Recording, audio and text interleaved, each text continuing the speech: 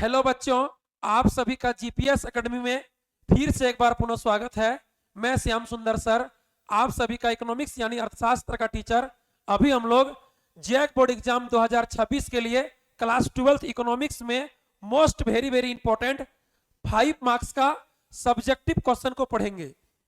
दो क्वेश्चन पढ़ेंगे, दोनों क्वेश्चन मांग की लोच यानी मांग की कीमत लोच इलास्टिसिटी ऑफ डिमांड से संबंधित रहेगा। ठीक है, मांग की लोच को मापने की दो विधियां पढ़ेंगे।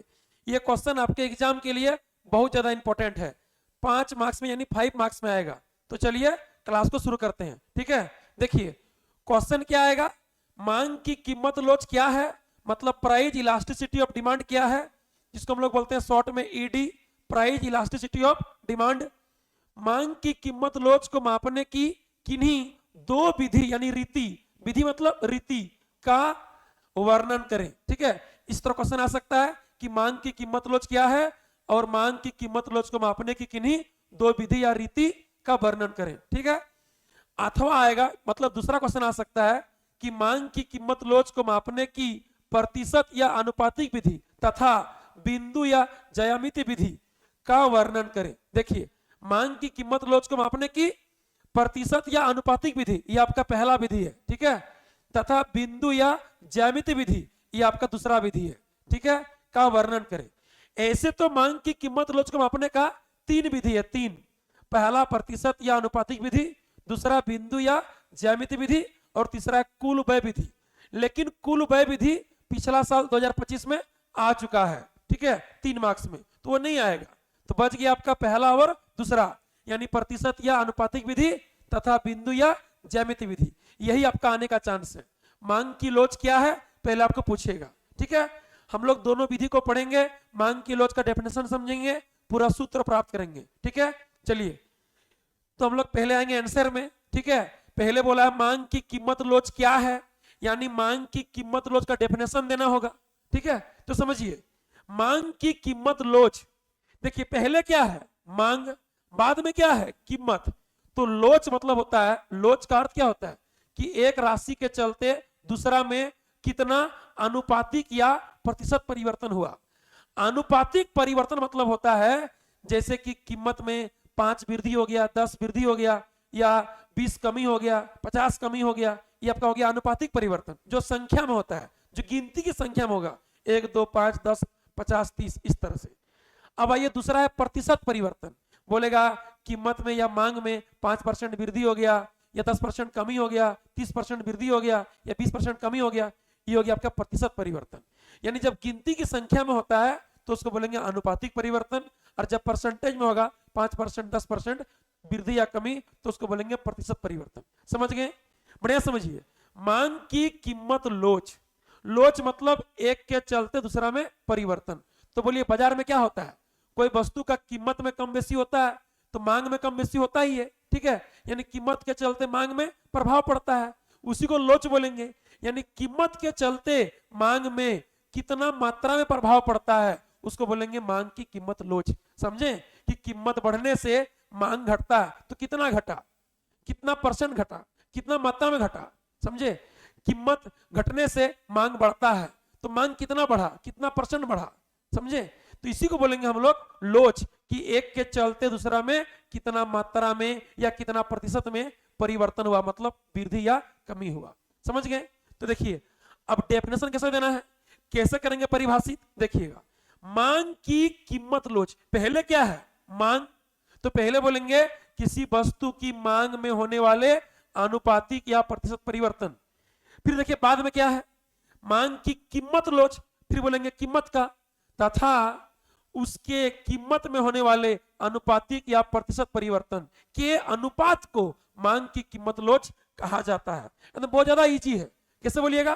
देखिए पहले मांग है ना, तो पहले होगा मांग में अनुपातिक या प्रतिशत परिवर्तन, फिर क्या है कीमत लोच, तो बाद में कीमत है तो तथा उसकी कीमत में होने वाले अनुपातिक या प्रतिशत परिवर्तन के अनुपात को, अनुपात मतलब बटा, को मांग की कीमत लोच कहा जाता है। आगे पढ़िए, इसे ईडी, ईडी क्या है इलास्टिसिटी ऑफ डिमांड। देखिए मांग की कीमत लोच का इंग्लिश होता है elasticity, elasticity, elasticity of demand. ठीक है, समझिएगा। देखिए मांग की कीमत लोच का इंग्लिश होता है इलास्टिसिटी, इलास्टिसिटी ऑफ डिमांड, याद रखिएगा, इलास्टिसिटी ऑफ डिमांड। इसी का सिंबल क्या हो जाएगा बोलिए तो, इसी का आपका सिंबल हो जाएगा, इसका सिंबल हो जाएगा क्या, ईडी, यानी शॉर्ट में क्या हो जाएगा आपका, ईडी हो जाएगा। ठीक है, इलास्टिसिटी ऑफ डिमांड यानी ईडी हो जाएगा, इसी को ईडी बोलेंगे। तो देखिए इसे ईडी, इलास्टिसिटी ऑफ डिमांड से सूचित किया जाता है। कभी कभी आपको स्मॉल देगा, स्मॉल, कोई कोई किताब स्मॉल लिखता है ईडी ऐसे, ठीक है। कभी कभी शॉर्ट में बोल देगा, सिर्फ ई बोल देगा तो भी चलेगा, कोई दिक्कत नहीं। चलिए जब बोलेगा ईडी तो इलास्टिसिटी ऑफ डिमांड, ठीक है। तो बोलिए मांग की कीमत लोच क्या हो जाएगा, तो क्या बोला यहां पर, किसी वस्तु की मांग में होने वाले अनुपातिक या प्रतिशत परिवर्तन, देखिए लिख दिए मांग में अनुपातिक या प्रतिशत परिवर्तन। फिर क्या बोला, तथा उसकी कीमत में होने वाले अनुपातिक या प्रतिशत परिवर्तन, लिख दिए कीमत में अनुपातिक या प्रतिशत परिवर्तन।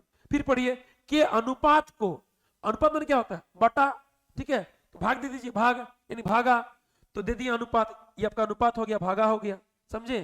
को मांग की कीमत लोच कहा जाता है, मांग की कीमत लोच कहा जाता है। इसी का सिंबल क्या होता है आपका, ईडी होता है, इलास्टिसिटी ऑफ डिमांड। तो मांग की कीमत लोच का डेफिनेशन समझ गए। अब चलेंगे हम लोग दो विधि में, ठीक है, दोनों विधि को देखेंगे। चलिए देखिए, पहले देखिए क्या लिखिएगा, पहले देना पड़ेगा हेडिंग, ठीक है, पहले हेडिंग दीजिए, मांग की कीमत लोच को मापने की किन्हीं दो विधियां निम्नलिखित है तो तीन विधि, लेकिन कुल वह विधि पिछला साल 25 में आ गया है, तो बच गया दो विधि, ठीक है। तो मांग की कीमत लोच को मापने की दो विधियां निम्नलिखित है। पहला विधि एक नंबर क्या है, प्रतिशत या अनुपातिक विधि, ठीक है, प्रतिशत या अनुपातिक विधि। तो याद रखिए प्रतिशत या अनुपातिक विधि को मापने का प्रतिपादन किया था प्रोफेसर फलक्स ने, किसने, प्रोफेसर फलक्स ने, याद रखिएगा प्रोफेसर फलक्स ने प्रतिशत या अनुपातिक विधि को दिया है या प्रतिपादन किया है, समझे। देखिए इस विधि द्वारा मांग की लोच को मापने का प्रतिपादन जो देने वाला है, प्रतिपादन प्रोफेसर फलक्स ने किया था, ठीक है, याद रखिएगा प्रोफेसर फलक्स ने किया था। अब बोलिए इस विधि में करेंगे क्या, तो देख तो लिए पहले कि किसी वस्तु का मांग में होने वाला अनुपातिक या प्रतिशत परिवर्तन को उसके कीमत में होने वाला अनुपातिक या प्रतिशत परिवर्तन से भाग दे देना है, अनुपात कर देना है। क्यों, क्योंकि देखिए मांग की कीमत लोच तो पहले मांग होगा फिर कीमत होगा, परिवर्तन दो तरह का होता है, अनुपातिक या प्रतिशत परिवर्तन, उसको जोड़ देना है, हो गया। तो बोलिए इस विधि के अनुसार क्या होगा, बोलिए मांग की कीमत लोच को ज्ञात करने के लिए किसी वस्तु की मांग में होने वाले, देखिए पहले मांग है तो मांग में होने वाले अनुपातिक या प्रतिशत परिवर्तन को, बाद में कीमत है, को उसके कीमत में होने वाले अनुपातिक या प्रतिशत परिवर्तन से भाग दिया जाता है। भाग मैंने क्या, अनुपात किया जाता है, अर्थात देख लीजिए, अतः मांग की कीमत लोच क्या हो जाएगा, मांग में अनुपातिक या प्रतिशत परिवर्तन बटा यानी अनुपात, कीमत में अनुपातिक या प्रतिशत परिवर्तन, हो गया, कोई दिक्कत नहीं। उसी डेफिनेशन को लिखे यहाँ पर। तो इस विधि को मापने का प्रतिपादन कौन किया है, प्रोफेसर फलक्स, याद रखिएगा प्रोफेसर फलक्स ने किया है। आपको ऑब्जेक्टिव क्वेश्चन भी दे सकता है, ठीक है। इस विधि में करना क्या है, तो पहले मांग है बाद में कीमत है, तो मांग में अनुपातिक या प्रतिशत परिवर्तन को कीमत में अनुपातिक या प्रतिशत परिवर्तन से अनुपात कर देना यानी भाग दे देना है, ठीक है, भाग दे देंगे। अब चलिए इससे हम लोग सूत्र प्राप्त करेंगे, ये जो आप डेफिनेशन लिखे इससे हम लोग सूत्र प्राप्त करेंगे, ठीक है, फॉर्मूला प्राप्त करेंगे। चलिए इसका व्याख्या करेंगे, व्याख्या यानी एक्सप्लेन करेंगे। देखिए पहले बनाएंगे ग्राफ, ठीक है, दाएं साइड एक ग्राफ बनाना है, दाएं साइड क्या करना है, ग्राफ बनाना है। देखिए इस तरह का एक ग्राफ बना लेना है, ये आपका एक्स हो गया, इधर आपका वाई हो गया, कोई दिक्कत नहीं। चलिए इधर क्या लिखेंगे, प्राइस, प्राइस माने क्या होता है, कीमत, ठीक है, क्या होता है, कीमत होता है। इधर लिखेंगे हम लोग डिमांड, क्या लिखेंगे, डिमांड, डिमांड का अर्थ क्या होता है, मांग यानी खरीदारी, जो लोग बाजार में वस्तु खरीदते हैं, ठीक है, उसको मांग बोलते हैं, डिमांड बोलते हैं। क्लियर है। अब समझिएगा पहले हम लोग मान लेंगे कि पहले कोई वस्तु का दाम ज्यादा है तो उसका मांग कम होगा, जब दाम रहता है ज्यादा तो खरीदारी कम होता है, सिंपल बात है। तो मान लेंगे कि पहले दाम क्या है P1 तो मांग क्या है Q1, ठीक। अब दाम घट गया तो दाम घटने से क्या होगा, दाम घटने से मांग बढ़ेगा, मांग बढ़ गया, ठीक है, तो दाम घटकर क्या होगा P2 तो मांग बढ़कर क्या होगा Q2। क्यू मैंने क्या, क्वांटिटी, मांगी गई मात्रा, खरीदी गई मात्रा मैंने क्वांटिटी। तो जब पहले दाम था ज्यादा, देखिए मांग कम था, यानी क्वांटिटी 1। जब प्राइस 1 है, जैसे प्राइस घटा यानी माइनस हुआ, घट करके P2 हुआ, तो मांग बढ़ेगा। जब दाम सस्ता होता है तो मांग ज्यादा होता है, खरीदारी अधिक करते हैं हम लोग, ठीक है, तो मांग बढ़ गया, यानी इसको लिखेंगे प्लस। मांग बढ़कर क्या होगा, Q2, यानी क्वांटिटी 2, ये क्वांटिटी 1 है, ठीक। अब बना देंगे मांग रेखा DD, ठीक है। मांग वक्र की ढाल बाएं से दाएं नीचे गिरती है ना, देखिए लेफ्ट टू राइट होती है डाउनवर्ड, यानी बाएं से दाएं नीचे गिरती है, इसी को बोलते हैं नेगेटिव ढाल। पॉजिटिव ढाल उसका होता है जो ढाल ऊपर जाएगा, जो ढाल नीचे आएगा उसको बोलेंगे नेगेटिव, ठीक है। बाएं से दाएं नीचे की ओर हो गया, इसको आप ए मान सकते हैं, इसको आप बी मान सकते हैं। ये पहला पॉइंट था ए, दूसरा पॉइंट है तो बी, कोई दिक्कत नहीं। ये जो काम किए ना इसको यहाँ लिखना है, ठीक है। या जो काम किए कि पहले प्राइस P1 है तो मांग Q1 है, मांगी की मात्रा क्वांटिटी 1 है। जैसे प्राइस घट के P2 हुआ, दूसरा प्राइस P2, तो मांग बढ़कर हो गया Q2, दूसरा मांग की मात्रा Q2 हो गया। क्लियर है, इसी को लिखना है यहाँ पर, ठीक है। क्या क्या किए लिखिए, तो हम लोग मान लेंगे, माना, माना प्रारंभिक, ठीक है, माना प्रारंभिक, प्रारंभिक क्या, प्रारंभिक कीमत, प्रारंभिक कीमत क्या बोलिए तो P1, पहले कीमत क्या है P1, तब तब प्रारंभिक मांग कितना है, तब प्रारंभिक मांग है कितना Q1, तो Q1 लिख दीजिए, ठीक है।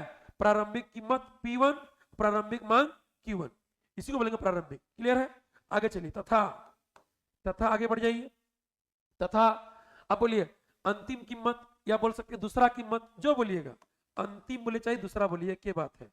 अंतिम कीमत कितना है, तो अंतिम कीमत कितना है आपका P2 है, कोई दिक्कत नहीं। तब तब अंतिम मांग कितना है, तो बोलिए अंतिम मांग कितना है, जब P2 कीमत है तो मांग कितना है Q2 है, लिख दीजिए Q2, कोई दिक्कत नहीं यहाँ तक, या तो कोई दिक्कत नहीं होना चाहिए। आगे बढ़िए, अब देखिए जो जो हो रहा है उसको कीजिए। देखिए आगे देखिए, अब क्या करेंगे, पहले कीमत P1 है, बाद में P2 है, तो कीमत में कितना चेंज हुआ, अब यहाँ लिखेंगे कीमत में परिवर्तन, कीमत में परिवर्तन, तो बोलिए कितना कीमत में चेंज हुआ, तो चेंज कैसे निकालते हैं, तो सेकंड माइनस फर्स्ट करते हैं, ठीक है। सेकंड में कितना है और फर्स्ट में कितना है, घटा दीजिए, हो गया चेंज। वैसे निकालते हैं चेंज ना, कितना घटा कितना बढ़ा, तो सेकंड में फर्स्ट को घटाते हैं, बोलिए तो P2 माइनस क्या हो जाएगा P1। अब बोलिए चेंज का नाम क्या होता है, दो चीज में जब निकालिएगा अंतर ना, दो चीज में जब अंतर निकालिएगा तो उसको बोलेंगे डेल्टा, क्या बोलेंगे डेल्टा, किसमें, कीमत में यानी प्राइस में, तो लिखिए डेल्टा P, ठीक है। कीमत यानी प्राइस तो आ जाएगा डेल्टा P, यानी P2 माइनस P1 को बोलेंगे डेल्टा P। इसी तरह से, ठीक है, इसी तरह से क्या करेंगे, तथा मांग में परिवर्तन, मांग में परिवर्तन बोलिए कैसे निकालेंगे, तो सेकंड मांग क्या है Q2, फर्स्ट क्या है Q1, तो Q2 माइनस क्या हो जाएगा Q1, क्या बोलेंगे इसको डेल्टा Q। चेंज को बोलेंगे डेल्टा, किसमें, मांग की मात्रा में यानी क्वांटिटी में, डेल्टा Q हो गया, कोई दिक्कत नहीं। अब चलिए अब आगे देखिए, तो अब आगे देखिए, आगे बोलिए कि हम लोग डेफिनेशन क्या लिखे थे कि मांग में अनुपातिक या प्रतिशत परिवर्तन तथा कीमत में अनुपातिक या प्रतिशत परिवर्तन, यही तो किए थे। चलिए निकालते हैं। अब देखिए, अब समझिएगा, अब निकालेंगे पहले हम लोग कीमत में आनुपातिक परिवर्तन, कीमत में आनुपातिक परिवर्तन। देखिए ये कैसे निकलेगा, किसको बोलते हैं अनुपातिक परिवर्तन, समझिएगा, कीमत में आनुपातिक परिवर्तन। एक बात तो क्लियर कर लीजिए, आनुपातिक माने होता है अनुपात, अनुपातिक का अर्थ क्या होता है अनुपात, ठीक है। तो कीमत में आनुपातिक परिवर्तन, अनुपातिक का अर्थ क्या हो गया अनुपात, इसको ढक दीजिए, बोले क्या बचा, कीमत में परिवर्तन, क्या बचा आपका कीमत में परिवर्तन, कीमत में परिवर्तन, ठीक है। और कोई चीज कितना घटा कितना बढ़ा किस पे डिपेंड करता है, पहला वाला से, हम पहला वाला से दूसरा वाला को तुलना करते हैं, यदि ज्यादा हो गया तो बोलेंगे बढ़ गया, यदि कम हो गया तो बोलेंगे घट गया।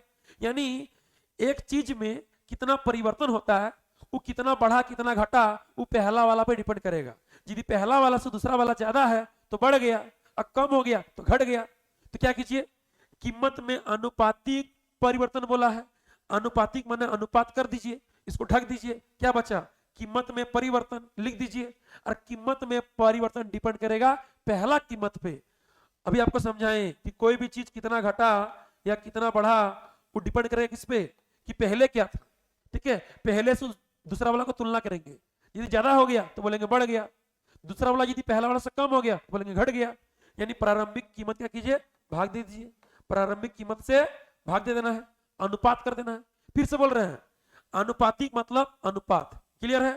ढक दीजिए इसको, कीमत में परिवर्तन लिख दीजिए, और कीमत में परिवर्तन डिपेंड करेगा प्रारंभिक कीमत यानी पहला कीमत से, अनुपात कर देना है, हो गया। तो बोलिए कीमत में परिवर्तन क्या था, देखिए वाला है कीमत में परिवर्तन क्या, डेल्टा पी, लिख दीजिए डेल्टा पी, कोई दिक्कत नहीं, बटा, बोलिए प्रारंभिक कीमत क्या है, देखिए प्रारंभिक कीमत क्या है, P1 है, देखिए लिखे भी है, क्या लिखे हैं, प्रारंभिक कीमत P1, तो लिख दीजिए P1, समझे। इसी तरह निकालिए मांग में अनुपातिक परिवर्तन, ठीक है, क्या कीजिएगा, इसी तरह निकालिए मांग में अनुपातिक परिवर्तन। इसी प्रकार क्या लिखेंगे, मांग में, ठीक है, मांग में अनुपातिक परिवर्तन, मांग में अनुपातिक परिवर्तन, बोलिए अनुपातिक मतलब अनुपात, कोई दिक्कत नहीं, ढक दीजिए। मांग में परिवर्तन बच गया, लिख दीजिए, मांग में परिवर्तन जो बच गया उसको लिख दीजिए। अब परिवर्तन किस पे डिपेंड करता है, पहला वाला पे, पहला वाला से दूसरा वाला का तुलना करते हैं, ज्यादा हो गया तो बोलेंगे बढ़ गया, कम हो गया तो बोलेंगे घट गया। यानी अनुपात करके क्या करना है, प्रारंभिक वाला से भाग दे देना है। तो प्रारंभिक क्या है, मांग, प्रारंभिक मांग से भाग दे देंगे, ठीक है, प्रारंभिक मांग से भाग दे देंगे, कोई दिक्कत नहीं है, ठीक है, कोई दिक्कत नहीं होना चाहिए। चलिए बोलिए मांग में परिवर्तन क्या है, देख लीजिए मांग में परिवर्तन क्या है, डेल्टा क्यू, तो बराबर क्या हो जाएगा, डेल्टा क्यू अनुपात प्रारंभिक मांग बोला है, प्रारंभिक मांग किसको बोलेंगे, देख लीजिए लिखा हुआ है, पढ़िए, प्रारंभिक मांग क्या है Q1, पहला मांग क्या है Q1, क्या कीजिएगा, तो Q1 से भाग दे देना है, अनुपात हो गया Q1, हो तो गया, ठीक है। अब बोलिएगा सर वहां पर तो अनुपातिक या प्रतिशत परिवर्तन था, तो अनुपातिक तो हो गया, प्रतिशत कैसे निकालेंगे, तो कोई भी चीज को प्रतिशत करने के लिए 100 से गुना करते हैं, ठीक है, याद रखिएगा, प्रतिशत को तोड़ने के लिए 100 से भाग, और कोई चीज प्रतिशत में नहीं है, प्रतिशत में बनाना है तो 100 से गुना, ठीक है। तो यहाँ पर देखिए प्रतिशत में नहीं है, हम लोग बनाएंगे प्रतिशत, तो यही अनुपातिक परिवर्तन में गुना कर देंगे 100, या गुना कर देंगे 100, हो जाएगा प्रतिशत परिवर्तन, समझे, बुझे नहीं बुझे, ये आपका हो गया अनुपातिक परिवर्तन। जब बोलेगा प्रतिशत तो गुना 100, गुना 100 कर देंगे, हो जाएगा क्लियर, कोई दिक्कत नहीं। अब चलिए आपका डेफिनेशन, चलिए डेफिनेशन देखिए, देखिए आपका डेफिनेशन क्या था, चलिए आगे देखते हैं, नहीं तो आगे चलिए अगला पेज लेते हैं। देखिए क्या लिखेंगे, परिभाषा से, क्या लिखेंगे, परिभाषा से, ठीक है। अब चल जाएंगे परिभाषा से, बोलिए परिभाषा क्या था, मांग की कीमत लोच का परिभाषा क्या था, बोलिए लिखिए परिभाषा पे लिए, मांग की कीमत लोच का डेफिनेशन क्या था, बोलिए क्या करना है, पहले क्या बोला है मांग, देखिए क्या लिखा है मांग, एकदम याद नहीं रखना है, रटना नहीं है, पहले मांग बोला है तो मांग लिखिए, मांग में अनुपातिक, अनुपातिक या प्रतिशत परिवर्तन, कोई दिक्कत नहीं, ठीक है, अनुपात कर देना है किससे, देख लीजिए बाद में कीमत है, पहले मांग, मांग हो गया, अब कीमत है, तो लिखिए कीमत में अनुपातिक, अनुपातिक या प्रतिशत परिवर्तन, ठीक है, कोई दिक्कत नहीं। चलिए आगे देखिए, अब क्या करना है, मांग की कीमत लोच का क्या होता है सिंबल, बोलिए, तो इलास्टिसिटी ऑफ डिमांड दिखा दिए हैं, ईडी, कोई कोई किताब लिखता है स्मॉल ईडी, ये भी चलेगा, जो लिखिएगा चलेगा, ठीक है, आपको कहीं कहीं स्मॉल ईडी मिलेगा तो कोई दिक्कत नहीं, इलास्टिसिटी ऑफ डिमांड, मांग की कीमत लोच, इलास्टिसिटी ऑफ डिमांड, ईडी हो गया, बराबर कर दीजिए। देखिए पहले क्या है अनुपात, पहले अनुपात कर दीजिए आराम से, कोई दिक्कत नहीं है। अब बोलिए मांग में अनुपातिक परिवर्तन क्या था, तो देखिए यहाँ पर क्या है, देखिए मांग में अनुपातिक परिवर्तन क्या है, तो मांग में परिवर्तन बटा प्रारंभिक मांग डेल्टा क्यू बाय Q1 है कि नहीं, और कीमत में अनुपातिक परिवर्तन क्या है, कीमत में परिवर्तन अनुपात प्रारंभिक कीमत डेल्टा P बाय P1, इसको यहाँ पुट कर दीजिए। बोलिए मांग में अनुपातिक परिवर्तन क्या है, तो डेल्टा Q अनुपात Q1, कीमत में अनुपातिक परिवर्तन क्या है, तो डेल्टा P बाय P1, कोई दिक्कत नहीं। अब बोला है या प्रतिशत परिवर्तन, या प्रतिशत परिवर्तन, तो प्रतिशत परिवर्तन कैसे निकालते हैं?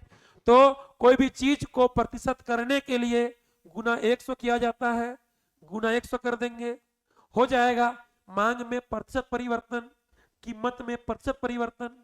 बुझे कि नहीं बुझे? कोई दिक्कत नहीं होना चाहिए, समझे? ये आपका Q1 है, Q1 आपका Q1 है, ठीक है। चलिए कोई दिक्कत नहीं है।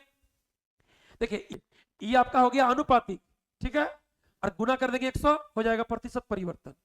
ये आपका हो गया अनुपातिक, गुना कर देंगे 100, हो जाएगा प्रतिशत परिवर्तन। बोलिए अब 100 क्या हो जाएगा? कट जाएगा।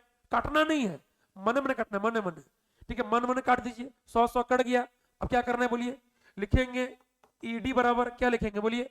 डेल्टा क्यू बटा Q1। ये तो 100 कट गया। अभी जो भागा है अनुपात है, अनुपात उसको गुना में चेंज कर दीजिए। तो बोलिए ये क्या होगा? इसे जाएगा ऊपर, यानी P1 ऊपर और डेल्टा P आ जाएगा नीचे। समझ में आया कि नहीं आया?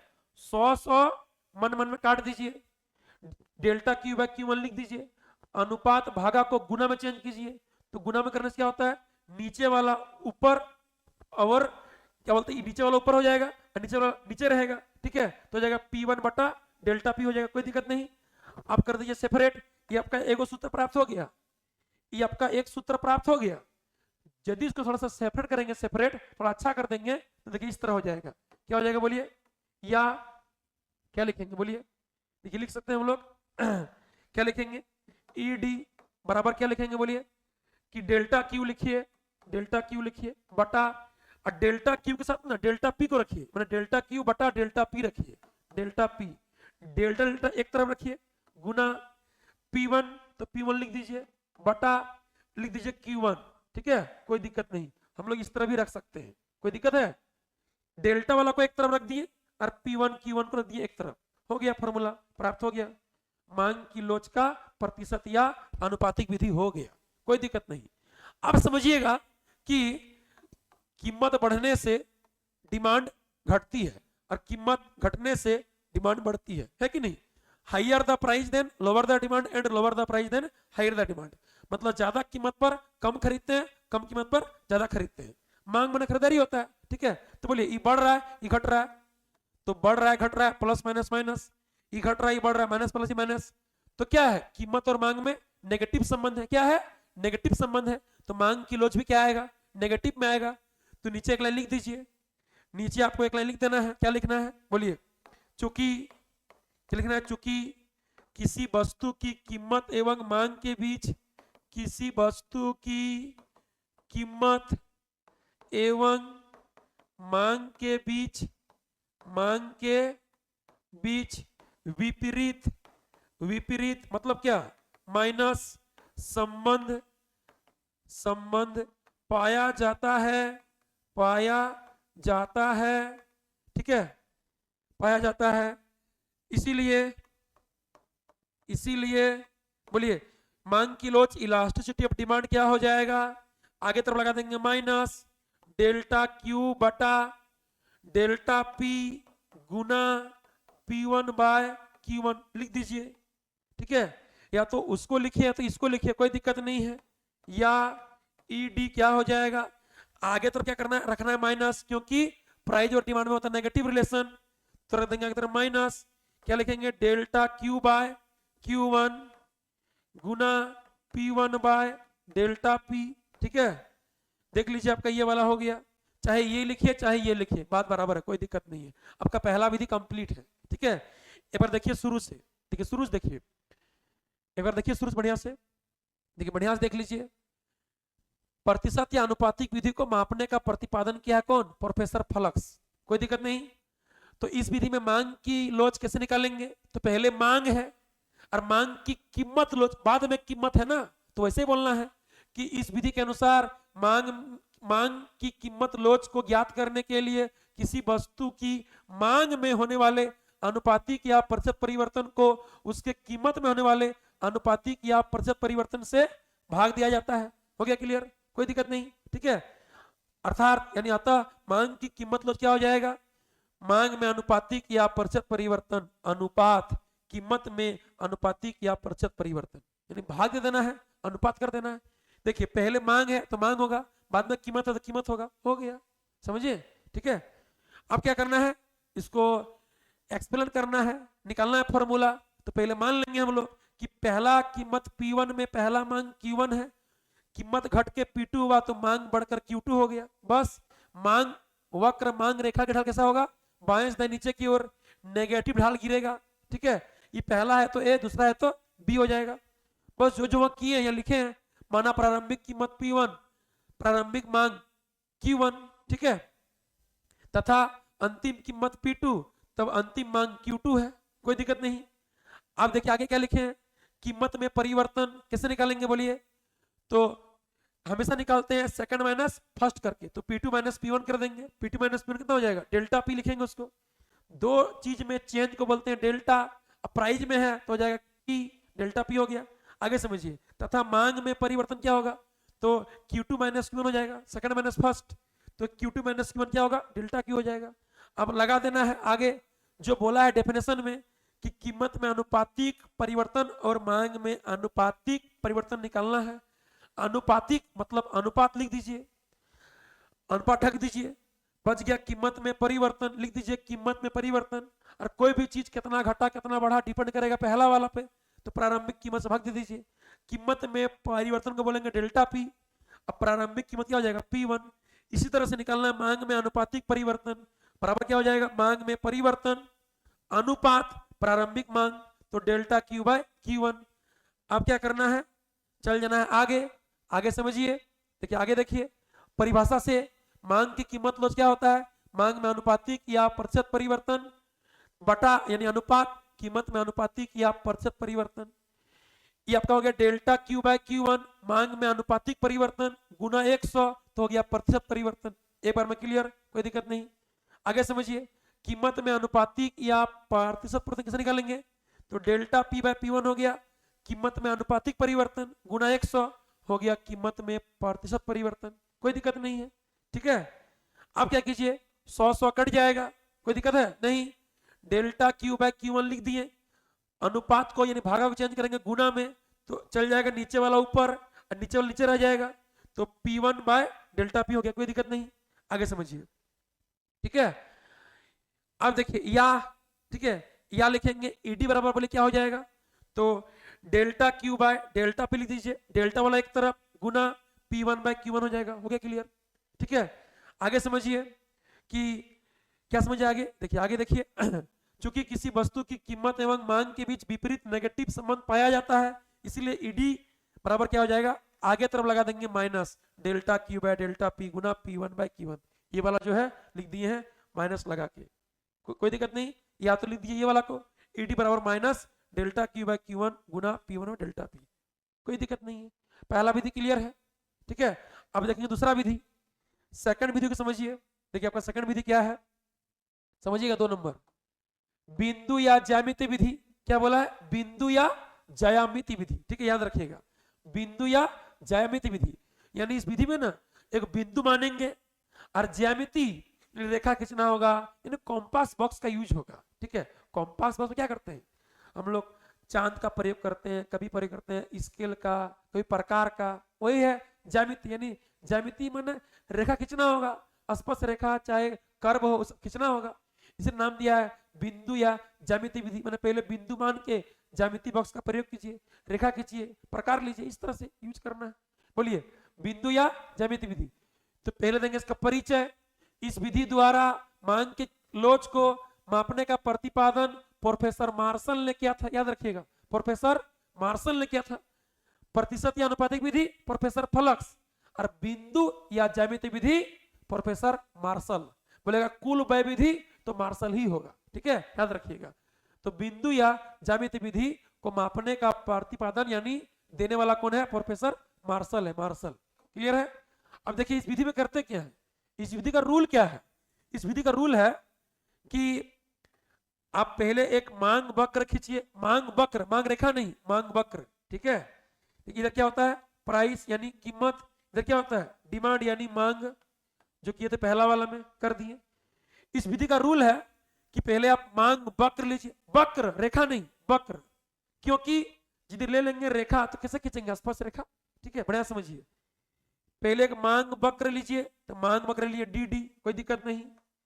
इसमें कहीं पर भी एक बिंदु चॉइस कीजिए, कहीं पर भी, ऊपर में, बीच में, नीचे, आपको हम हर जगह लेके दिखाएंगे, ठीक है। तो मान लिए बीच में, मान लिए, ठीक है, बीच में एक बिंदु चॉइस कीजिए पी, पी मैंने क्या, पॉइंट, ठीक है। इसको लेने के बाद क्या कीजिए, इस पॉइंट में पी में y एक्सिस और x एक्सिस को मिलाते हुए एक स्पर्श रेखा खींचिए, खींचिए स्पर्श रेखा, खींचते हैं स्पर्श रेखा, इस तरह से खींच दिए, कोई दिक्कत नहीं। क्या क्या बोला, पहले एक मांग वक्र लीजिए, कर्व डी डी हो गया मांग वक्र, बाएं से दाएं नीचे की ओर नेगेटिव स्लोप, उसमें कहीं पर भी एक पॉइंट चॉइस कीजिए पी, चाहे ऊपर चाहे नीचे चाहे बीच में, कहीं पर भी कीजिए, आपको हम हर जगह लेके दिखाएंगे। हम मान लिए अभी बीच में, मानने के बाद एक्स अक्ष, एक्स एक्सिस और वाई एक्सिस, वाई अक्ष को मिलाते हुए एक स्पर्श रेखा खींचिए, खींच दिए इस बिंदु में स्पर्श रेखा। स्पर्श रेखा का अर्थ क्या होता है, जो उसको छू के पार करेगा, टच होके पार होगा, समझे।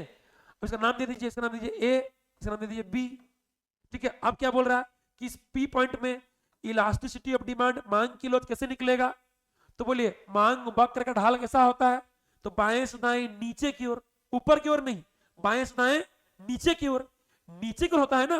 तो बोलता है जैसे अब पी पॉइंट में आसपास रेखा खींचे ना, ये रेखा दो भाग में बढ़ गया, एक भाग हो गया पी ए, दूसरा भाग हो गया पी बी, बढ़िया देख लीजिए, जैसे खींचे आसपास रेखा ना, एक हो गया पी ए ऊपर वाला भाग, एक हो गया पी बी नीचे वाला भाग। तो बोल रहा है चूंकि मांग वक्र का ढाल बाएं से दाएं नीचे की ओर गिरती है, नीचे की ओर, इसीलिए निचला भाग पीबी को ऊपरी भाग पीए से डिवाइड करेंगे, अनुपात करेंगे, तो मांग की लोच प्राप्त हो जाएगा। यानी पी पॉइंट पर इलास्टिसिटी ऑफ डिमांड, मांग की लोच बराबर क्या होगा, तो निचला भाग क्या है पी बी और ऊपरी भाग क्या है पी ए, बस भाग दे दीजिए, अनुपात कीजिए, आपका मांग की लोच आ जाएगा। अब बोलेगा मांग की लोच कैसे आएगा, बोलिए यहाँ देखिए, तो जब पी पॉइंट को माने हैं बीच में, तो जितना निचला भाग है उतना ऊपरी भाग है। मान लीजिए पूरा 10 है, तो नीचे 5 है, ऊपर 5 है, अब 5/5 कितना होगा 1, तो मांग की लोच 1 आ गया। इस तरह से निकलेगा, समझे। पहले एक वक्र मानिए, कहीं पर भी ऊपर नीचे बीच में कहीं पर पॉइंट चॉइस कीजिए, उसमें एक्स एक्सिस वाई एक्सिस को मिलाते हुए एक स्पर्श रेखा यानी टेंजेंट खींचिए, उस पॉइंट पर टच करते हुए, छूते हुए, जिससे रेखा दो भाग में बढ़ जाएगा, एक ऊपरी भाग एक निचली भाग। चूंकि मांग वक्र का ढाल बाएं से दाएं नीचे गिरता है, इसीलिए निचला भाग पीबी को ऊपरी भाग पीए से भाग दे दीजिए, आपका मांग की लोच आ जाएगा। जब बीच में पॉइंट को माने हैं ऑटोमेटिक, मान लीजिए 10 है पूरा पूरी, तो ये आधा होगा 5, ये आधा होगा 5, और 5/5 क्या होगा 1, तो मांग की लोच 1 आ गया। यानी इस पी पॉइंट पर मांग की लोच ईडी का मान कितना हो जाएगा, आपका 1 हो जाएगा, क्योंकि ई पी पॉइंट बीच में है, तो दोनों आधा आधा हो गया 5/5, यदि 10 पूरा है तो आधा आधा 5/5 हो गया, 1 आ गया आपका। इसी तरह निकलेगा, पढ़िए।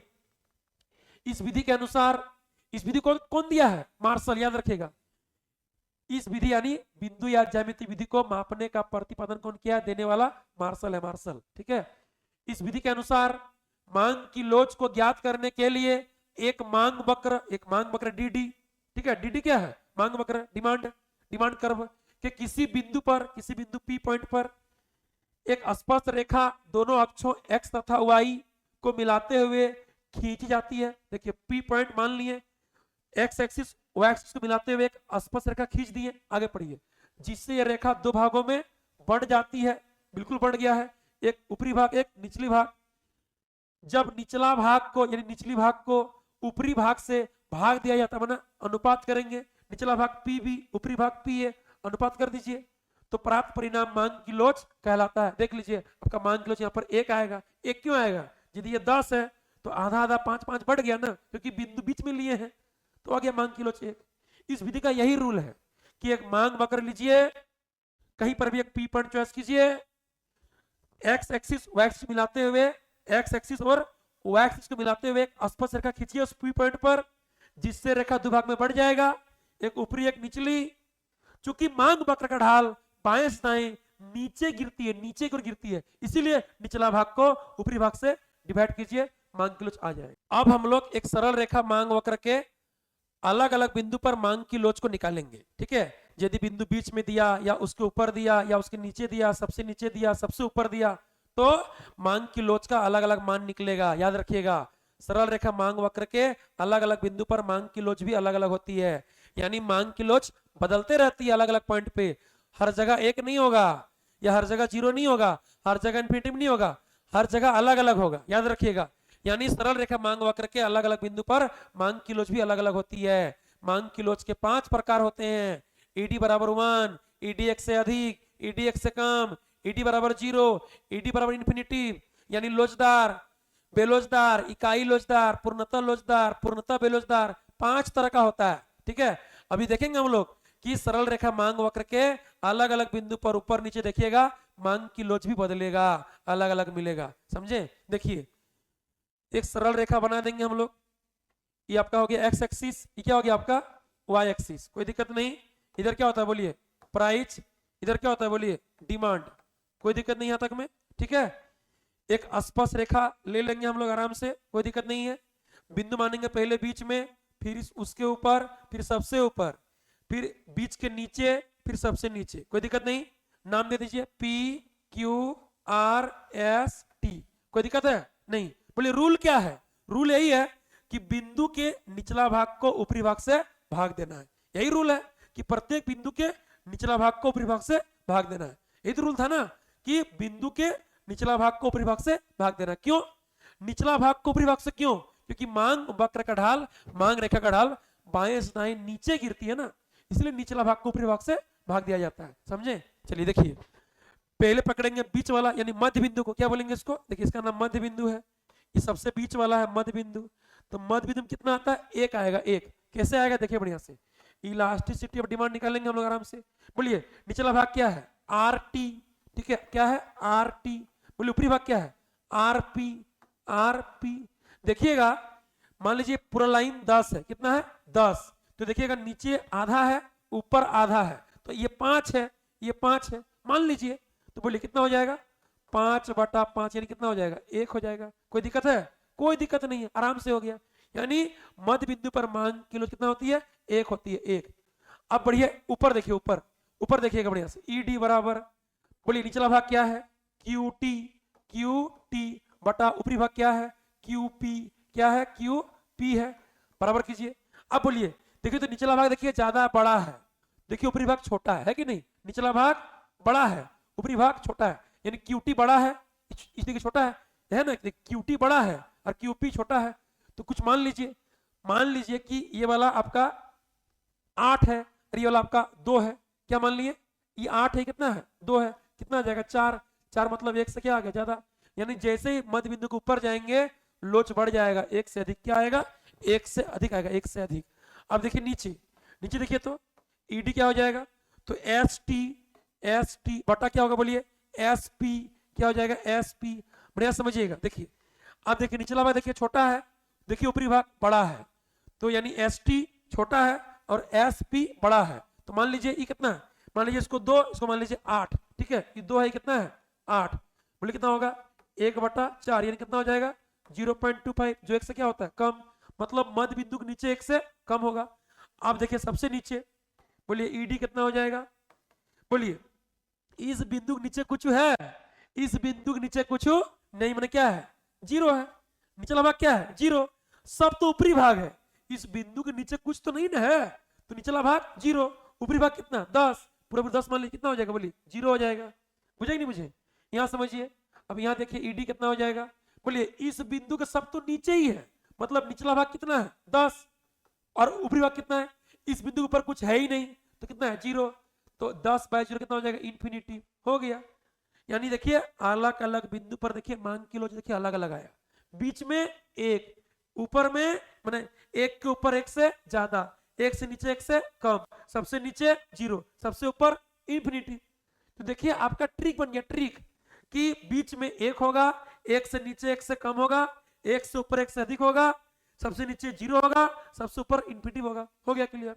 अब एग्जाम में कोई भी क्वेश्चन दे बनेगा, एग्जाम में कोई भी क्वेश्चन देगा बन जाएगा आपको। देखिए आपको इस तरह क्वेश्चन बना के देगा, ठीक है, देखिए आपको इस तरह क्वेश्चन बना के देगा, आपको इस तरह देगा, इस तरह क्या देगा, देखिए पहला समझिए क्वेश्चन कि दिए गए रेखा चित्र, ठीक है, रेखा चित्र ए बी में बिंदु जी पर मांग की लोच क्या होगा, तो बोलिए मांग रेखा क्या है ए बी, बिंदु जी देखिए कहां है, देखिए तो बीच के नीचे है, तो बीच के नीचे ईडी लेस देन 1 होगा, 1 से कम होगा, आगे समझिए, बोलेगा मांग रेखा ए बी के बिंदु जी पर मांग किलो क्या होगा। देखिए बिंदु जी देखिए बीच में है ना, बीचों बीच है, तो ई डी बराबर आपका 1 हो जाएगा। आगे समझिए तीसरा कि मांग रेखा ए बी क्या बोलेगा, ए बी के बिंदु जी पर मांग किलो क्या होगा। देखिए बीच के ऊपर दिख रहा है, बीच के ऊपर है ना, तो ई डी हो जाएगा ग्रेटर देन 1, एक से अधिक हो जाएगा। कुछ भी देगा बनेगा। बोलेगा सबसे नीचे क्या होगा, तो 0 हो जाएगा। बोलेगा सबसे ऊपर क्या होगा, सबसे ऊपर इंफिनिटी हो जाएगा, कोई दिक्कत नहीं, कुछ भी दे बनेगा, कोई दिक्कत है नहीं है। तो यही हमारा क्लास था आज का। सरस्वती पूजा है लेकिन पढ़ाई भी करना है, क्योंकि आपका 10 दिन भी नहीं बचा एग्जाम का, बढ़िया से, ठीक है। और 8 दिन 10 दिन का समय है, बढ़िया से पढ़ लीजिए। आपको पूजा करने से पूजा देखने से नहीं होगा, ठीक है, पढ़ाई भी करना होगा, पूजा भी कीजिए और पढ़ाई भी कीजिए, ठीक है। मिलेंगे नेक्स्ट वीडियो में, तब तक के लिए बाय बाय, थैंक यू।